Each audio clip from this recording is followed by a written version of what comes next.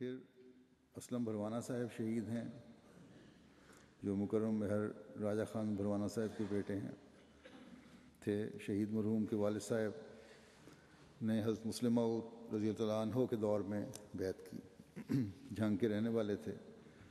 Mechanical engineering university Taxila سے کی اور 1981 سے پاکستان ریل میں ملازمت اختیار کی۔ مجلس انصار اللہ کے بڑے اچھے رکن تھے، کارکن تھے۔ واقعے کے روز آپ نے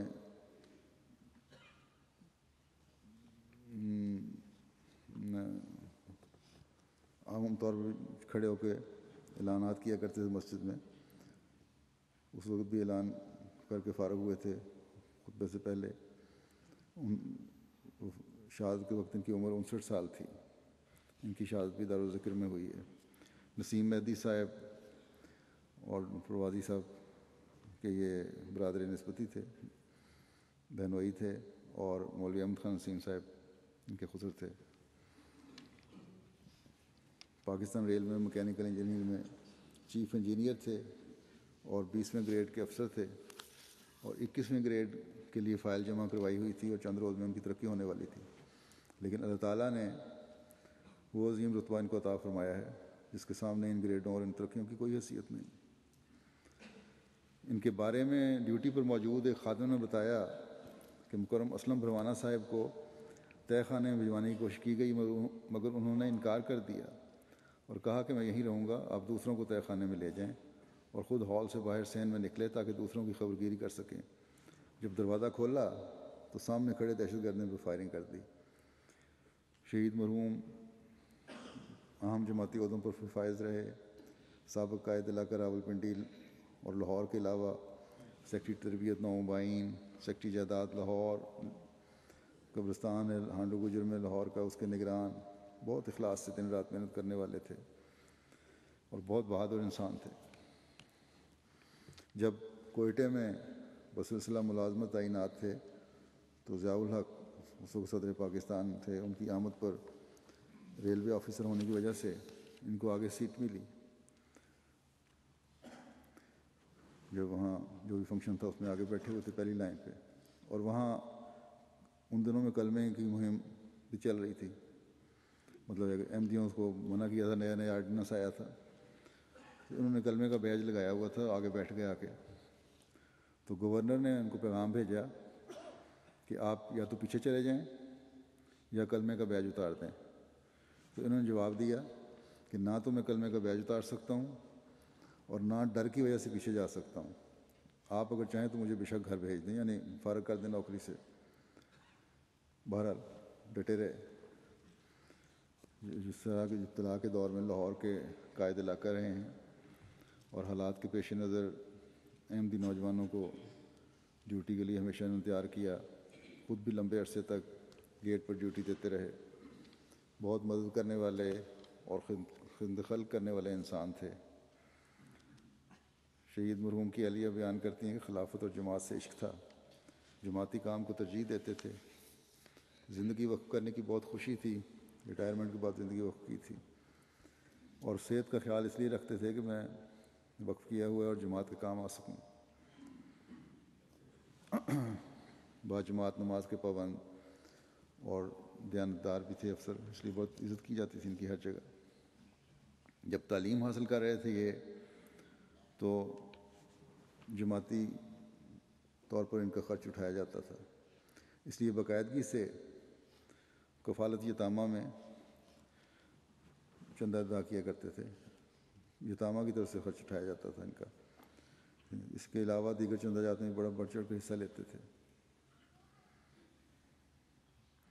شہید مرحوم کی ایک عزیزہ نے چند دن پہلے خواب میں دیکھا کہ آواز آئی شہیدوں کو چننے کے لیے تیار ہو جاؤ۔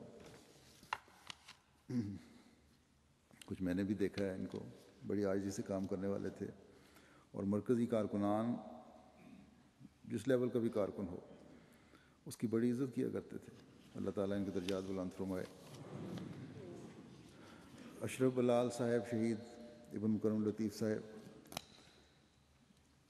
شہید مرحوم کے اکثر رشتہ دار غیر از جماعت ہیں۔ ان کے نانا مکرم خدا بخش صاحب نے حضرت مسلم موعود رضی اللہ عنہ کے ہاتھ پر بیعت کی تھی، برطانیہ کے شہری تھے، یہ ان دنوں پاکستان آئے ہوئے تھے، مالی خدمات میں حصہ لینے والے تھے۔ شالمار ٹاؤن کی بیت الذکر تعمیر کروا کر جماعت کو عطیہ کرنے کی سعادت پائی انہوں نے، اور انجینئرنگ کے شعبہ سے وابستہ تھے، اپنی ورک شاپ فیکٹری کھولی ہوئی تھی، بنائی ہوئی تھی۔ شہادت کے وقت ان کی عمر 56 سال تھی،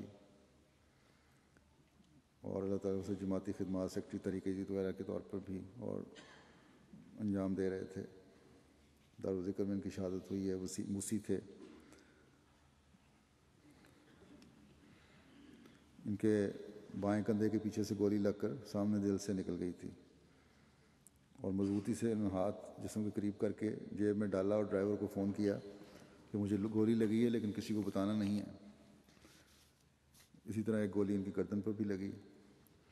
ایک بچہ جو بچپن سے ان کے پاس تھا، نثار احمد نام کا، اس کے بارے میں دیکھنے والے نے بتایا کہ ان کو گرتے ہوئے اس بچے نے بازوؤں میں لے لیا، لیکن وہ نیم مردہ حالت میں آ گئے، اور نثار نے ان کا سر اٹھا کر جب ان کی دل کی دھڑکن سننے کی کوشش کی ہے تو دہشت گرد نے ایک اور گولیوں کی بچھاڑ کی، جس سے وہ نثار احمد لڑکا بھی شہید ہو گیا، اور اپنی وفاداری کا ثبوت دے گیا وہ بھی شہادت پاتے ہوئے۔ ہر وقت ذکر الہی اور استغفار میں مصروف رہتے تھے، نمازوں میں خوب روتے تھے۔ ان کی اہلیہ کہتی ہیں وجہ پوچھتی تھی تو کہتے تھے کہ میں اللہ تعالیٰ کا شکر کرتا ہوں، میں تو اس قابل نہ تھا۔ خدمت خلق اور مالی قربانی میں بہت آگے بڑھے ہوئے تھے۔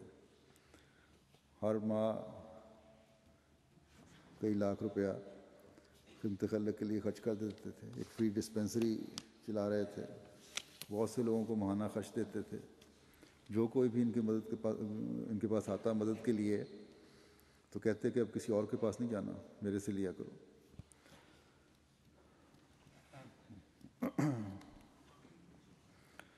اشرف صاحب کا رویہ 2 ماہ سے مختلف ہو رہا تھا۔ ان کی اہلیہ کہتی ہیں جلدی جلدی تمام کام مکمل کروا رہے تھے۔ UK والے گھر کی دیوار اونچی کروائی اور مجھے نصیحت کی کہ اب تم ایک ملازمہ رکھ لو، اور یہاں سے ایک لڑکی کے ویزا پر اس کا کام مکمل کروایا کہ اس کو ساتھ لے کر جانا ہے۔ شہادت سے 15 روز قبل مجھے مختلف کاموں کی انجام دہی کے لیے وصیت کی تو میں نے کہا کہ میں یہ نہیں کر پاؤں گی، تو جواباً کہا کہ نہیں، تم اچھی طرح سنبھال لو گی۔ اللہ تعالیٰ ان کے درجات بلند کرے۔ کیپٹن ریٹائرڈ مرزا نعیم الدین صاحب شہید، ابن مکرم مرزا سراج الدین صاحب، یہ شہید فتح پور ضلع گجرات کے رہنے والے تھے۔ خاندان میں سب سے پہلے ان کے دادا نے بیعت کی تھی۔ مرزا محمد عبداللہ صاحب درویش قادیان آپ کے تایا تھے۔ شہادت کے وقت ان کی عمر 56 سال تھی اور دارالذکر میں شہید ہوئے۔ شہید مرحوم کی اہلیہ نے ان کی شہادت کا ذکر کرتے ہوئے بتایا کہ جمعے کے روز بیٹی کے گھر کھانا کھاتے تھے۔ زخمی حالت میں کوئی 2 بجے قریب گھر فون آیا بیٹی کو کہ والدہ کا دھیان رکھنا۔ پھر میں نے فون پکڑا، ان کی اہلیہ نے کہا، تو کہا کہ ٹھیک ہو؟ میں نے کہا جی ٹھیک ہوں۔ کہا کہ اللہ حافظ۔ بیٹے عمر کا پتہ کرواتے رہے۔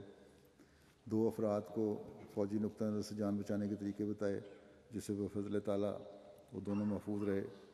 خود یہ محراب کے قریب دیوار کے ساتھ بیٹھے ہوئے حالت میں شہید ہو گئے۔ ان کے پیٹ میں گولی لگی تھی۔